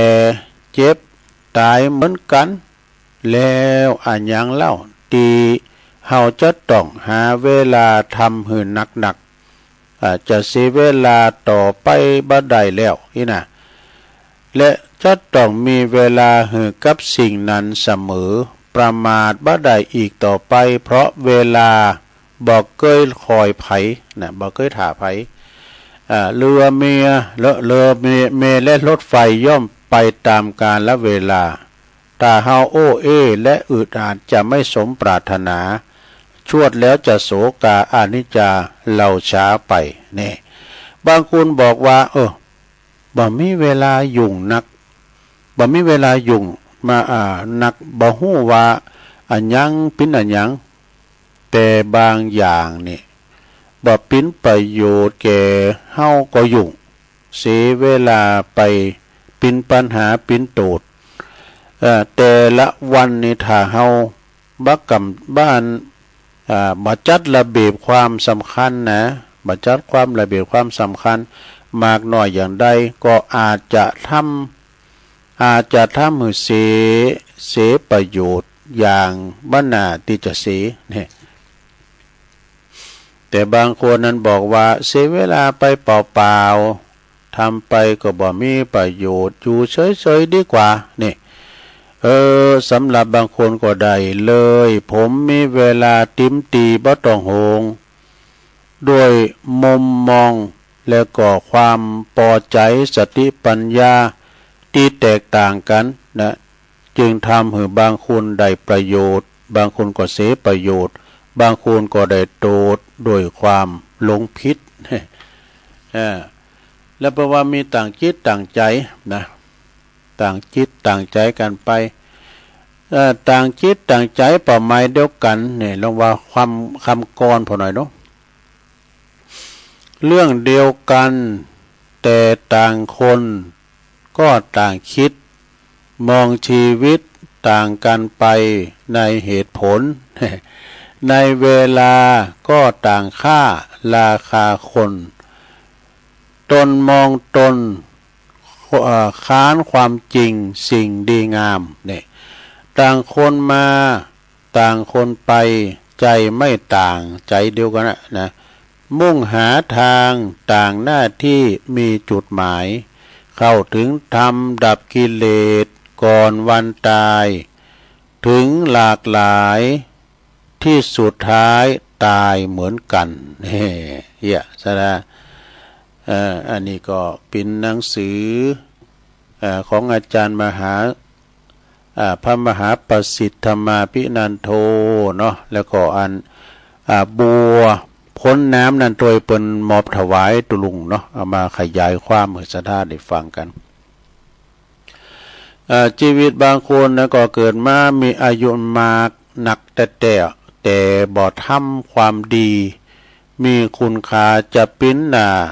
นคุณเคารพนับถือได้หรือไม่เนี่ยชีวิตบางคนนี่ถึงจะมีอายุที่ยาวนานแต่ก็พอมองย้อนกลับไปกับหันว่ากับหันอันยังมีคุณค่าดีงามนะบางคนนั้นกับมีแต่เรื่องราวเลวร้ายหน้าปิ้นโหงแต่ก็ยังดีมีโอกาสถ้าว่าฮู้จักว่าเปลี่ยนแปลงตนเองไปในทางที่ดีเนี่ยบางคนนั้นมีเกียรติยศหรือว่าเกิดในตระกูลสูงนะแต่ว่าได้ดูถูกคนอื่นชอบเหยียบหยามดูหมิ่นเป็นคุณต่ำต้อยไปหมดนี่นะต้องหือคนอื่นเอาใจอำนาจข่มเหงรังแกคนอื่นชอบใจสิทธิพิเศษต่างๆเกินความจำเป็นจะมีคุณค่ามีเกียรติใดอย่างแท้จริงได้หรือไม่ นะเฮาก็เป็นอย่างนั้นก็ขอให้คิดใหม่ทำใหม่เกียรติยศศักดิ์ศรีตีแท้จริงอยู่ที่คุณธรรมคุณงามความดีเนอะคุณลำโลยแต่หันแก่โตน่าเลิศก็บ่มีน้ำใจโลยภายนอกแต่บ่โลยภายในเนี่ยเอาเปรียบคดโกงคนอื่นอาจจะเป็นคนจนยิ่งกว่าคนจนแต่แล้วก็เพิ่นบอกว่าบางคนจนภายนอกบางคนจนภายใน มีหลายอย่างนะบางคนจนภายนอกบางคนจนภายในบางคนจนภายในจนภายนอกเนี่ยบางคนจนภายนอกแล้วก็จนภายในบางคนจนภายนอกแล้วก็รวยภายในรวยภายในด้วยนะแล้วละคนแล้วเราล่ะอยู่ในประเภทไหนเนี่ยหลวงเขาอยู่ในประเภทไหนรวยนอกรวยใน วินจะได้นะสดาเขาประกาศข่าวสารงานบุญแหมสักหน่อยเนอะศรัทธาญาติโยมทั้งหลายก็ในวันคณะปัจจุบันนี่ไปเข้ากรรมหลายตีอยู่เนอะตีวัดดอนน้อยวัดอันสะปุงน้อยตุปีเคเขานะตุปีเคเขานี่เปิ้นเข้าที่วัดสะปุงน้อยนะโหคุณนักคุณหลายวะก็เปิ้นก็จะมีการออกกรรมวันที่2บุญก็ให้เนาะไปสร้างเข้ากรรมสวดมนต์ข้ามปีตัวเด้อแล้วก็ที่วัดยางคามด้วยเนอะพระครูวิพัฒน์บุญญาสารก็คือตุปีเดชเขาเนี่ยเปิ้นเข้ากรรมที่โคงแก้วอารามของวัดยางครามเนอะตำบลยางครามอำเภอดอยหล่อเขานี่นะในเมตตาธรรมท่านพระครูสถาพรพัฒนาลังสีเจ้าคณะตำบลยางครามปิ่นเก้าปิ่นก้านผ่อมคณะสงฆ์เปิ้นไปเข้ากรรมที่โคงแก้วอารามทั้ง3ของวัดยางครามเปิ้นจะมีสวดมนต์ข้ามปีตัวเนอะส่งใต้ปีเก่าตอนรับควันวันปีใหม่โดยนะแล้วเปิ้นจะเบิกเนตรโดยพุทธาภิเษกตัวเนอะวัดยางครามนะพุทธาภิเษกตัวนะก็ขอเชิญนะไว้ไก่เค้งก็ดีอยู่ที่ไหนก็ไปรวมบุญกุศลด้วยกันนะ ที่วัดยางครามก็ถึงวันนี้ก็เปิดกฎตีกันกูคืนนะแล้วก็ตีวัดอันนี้ตัวเนาะสระสวดมนต์ข้ามปีนะเอาสวดมนต์ข้ามปีก่อนจะมีหลายตีเนี่ยวัดใหญ่วัดหลวงก็จะมีอย่างวัดพัทธาดอยสุเทพก็ดีวัดพัทธาสลีจอมต้องวัดพัทธาสลีพูนชัยวัดพระพุทธบาทตากผ้าเนี่ยเปิ้นก็จัดกันนะแล้วก็ที่เปิ้นจัดที่วัดเปิ้นจัดกูปีเนี่ยก็มีวัดดุงโลงนะวัดดุงโลงนี่เปิ้นอยู่ตำบลวังผางอำเภอเวียงหนองล่องในเมตตาธรรมพระครูสุตตกัลยาณกิจนะเปิ้นก็จะมีสวดมนต์ข้ามปีตัวเนอะวันที่31ต่อไปวันที่1เนี่ยนะบ่ายก็หันเปิ้นสวดมนต์ชยันโตกันนะลุงมาเมื่อเจ้า9 โมงวันที่1ก็สืบจัตตาโลงเนอะสืบจัตตาโลงก่อนนี้ตุลุงไปมีไปแข่งกองบนย้อนยุบโตคุณหลายก็ไปกันเนอะไปฟังเทศน์ฟังธรรมกันที่วัดดุงโลงมีวัดสันเมืองด้วยนะท่านอาจารย์เอาหลักเขานี่เปิ้นก็จัดเหมือนกันนะท่านเจ้าวาดวัดสันเมืองนี่เปิ้นก็จัดด้วยนะไปอยู่ละแวกไก่เคียงก็ไปเด้อไปสวดมนต์ข้ามปีสร้างบารมีข้ามพศที่วัดสันเมืองเนาะแล้วก็ที่วัดหนองโยมก็มีงานวันที่1ด้วยนะสืบจัตตาโลงนะสืบจัตตาโลงด้วยกันซะนะแล้วก็ที่วัดเกตกาลามด้วยเนอในเมตตาธรรมหลวงพ่อพระครูสันติเจติยากรนะเพิ่นก็จัดเหมือนกันเนอที่วัดเกตกาลามละแวกไก่เคียงก็เจอเนอเพิ่นจะมีสวดมนต์ข้ามปีสร้างบารมีข้ามพศไปสวดมนต์เจริญพระพุทธมนต์ด้วยกันเนอที่วัดเกตกาลามแล้วหลายตีเนอศรัทธาญาติโยมนะแล้วในวันที่1นี่ก็สืบจัตตาหลวงที่วัดหนองเกิดด้วยเนอในเมตตาธรรมอาจารย์พระครูประสิทธิ์วีรศาสตร์อาจารย์บุญกรรมนะที่วัดหนองเกิดตำบลตาตุมอำเภอป่าซางแล้วก็ในวันที่อันสิที่5เนาะที่5ก็ไปลมแสดงมุทิตาจิตแล้วก็งานประเพณีทรงน้ำพระธาตุโดยที่วัดพรหมมงคลท่าล้อพรหมมงคลท่าล้อก็ตำบลดอยหล่ออำเภอดอยหล่อนี่เองในเมตตาธรรมอาจารย์พระครูท่านพระอธิการจะเป็นพระอธิการได้เนาะธนวัฒน์นี่กันเนาะหรือว่าตุปีวันใหม่เด้อไงดีตุปีวันใหม่นี่เพิ่นจะปิ้นตุหลวงสมปานเจ้าวัดแล้ววัดพรหมมงคลท่าล้อแล้วก็จะมีประเพณีโดยก็ไปแสดงมุทิตาจิตกันเด้อแล้วก็ไปส่งน้ำพระธาตุกันมีกันวันค่ำเอาในวันนั้นนะที่วัดพรหมมงคลท่าล้อวันที่5เด้อ5 มกราพระสงฆ์จำนวน9 รูปเจริญพระพุทธมนต์สืบจัตตาโลงโดยนะแล้วก็ทำหลายตีอยู่เนอวันที่6ก็ที่ปุ่นที่วัดกอขาหนองโบในเมตตาธรรมหลวงพ่อบุญทรัพย์จันทเสโนครูบาพระลุงหนอเขาเนาะเปิ้นก็จะมีงานประหลวงบุญส่งปัญญาพัฒน์เขาแล้วก็ปลามวิเชียนแล้วก็ปลามมาเขาผู้ช่วยอบต.โหกอขาหนองโบนี่ประจัดด้านตีดินแล้วก็ด้านศาลาบำเพ็ญบุญเนอะตีหน้าวัดข้างวัดกอขาหนองโบตำบลตาตุ่มอำเภอป่าซางนี่ในวันที่6เนอะมกราเปิ้นมีแข่งขันเปตองโดยเนอนะมีแข่งขันเปตองโดยเมื่อคืนก็มีทัดเดอไมย้อนยุคลำวงดังนะฮะทัดเดอไมโดยเนาะก็ไปกินแบตานกันปหลวงบุญส่งปัญญาพัฒน์ฝากประกาศมาเนอะแล้วก็มีทั้งหลายวัดเด้อปากตั้งเจริญก็จะไปลืมเนอะในวันที่10 11 12เปิ้นจะมีงานเข้ากรรมโสสาธุดงควัดนะซ่อมแซมศาลาปัจจ้าโดยในเมตตาธรรมพระครูอภิวัฒนวิกรมเนอะเปิ้นเอาหนักเอา3 คืนได้นะแล้ววันที่13เนอะวันเดือน4ปีก็ไปปะกันที่วัดเหล่ายาวใต้งานทรงน้ำพระธาตุโดยทรงน้ำอธิครูบาอาจารย์โดยนะที่วัดเหล่ายาวใต้ตำบลเหล่ายาวอำเภอบ้านโฮ่งเนอะในวันที่13 เดือน4ปีพอดีเนาะอันนี้พี่ข่าวสารงานบุญเนอะศรัทธาญาติโยมเอาละมีหยังหนักเอาเนาะศรัทธาญาติโยมทั้งหลายทุกหลวงก็จะได้อัมปาลาจากวันนัดหน้านี้ได้มาเนอะ พัดศุกร์เสาร์นี่มีงานข้างคืนแล้วนี่ เจริญฟังอยู่เนี่ยแล้วก็มีแม่จันเลื่อนใสวันที่หนึ่งจะได้ไปฉันเพลที่วัดปากตั้งจะเจริญเนาะแฮปปี้เบิร์ธเดย์ของแม่จันเลื่อนใสเปิ้นจะมีถวายเพลด้วยนะที่วัดปากตั้งเจริญแล้วก็แม่น้อยแม่สมพัดก่อนนะแม่สมพัดปุ่นแม่ย่อยสันทรายวรดอนจากหนองหานสันทรายด้วยแล้วก็โยมยุพินหอมมาลาพี่น้อยฟังจากแม่หยกชัดเจนดีแน่อันนี้เป็นการตักทั้งหลายเอาให้ได้อีกกันเนอะสนาเนอะปุ่นวันพัดศุกร์เสาร์ก็ค่อยมาเปิดสายดีๆเนาะจะได้ส่งงานเนี่ยน้องเจเจแล้วเนอะน้องเจเจรับงานตุลุงออกรายการแล้วก็จะได้ไปรดน้ำจะไข่อยู่ เอาจะไข่มาปลูกใบห้ามมดเน้นเขาก็พอเน้นเขาปีกบ้านไปเอาบ้านปุ่นตาทรงย่างปุ่นเนาะไปเปิดปิดทงเห็น10 วันเนี่ย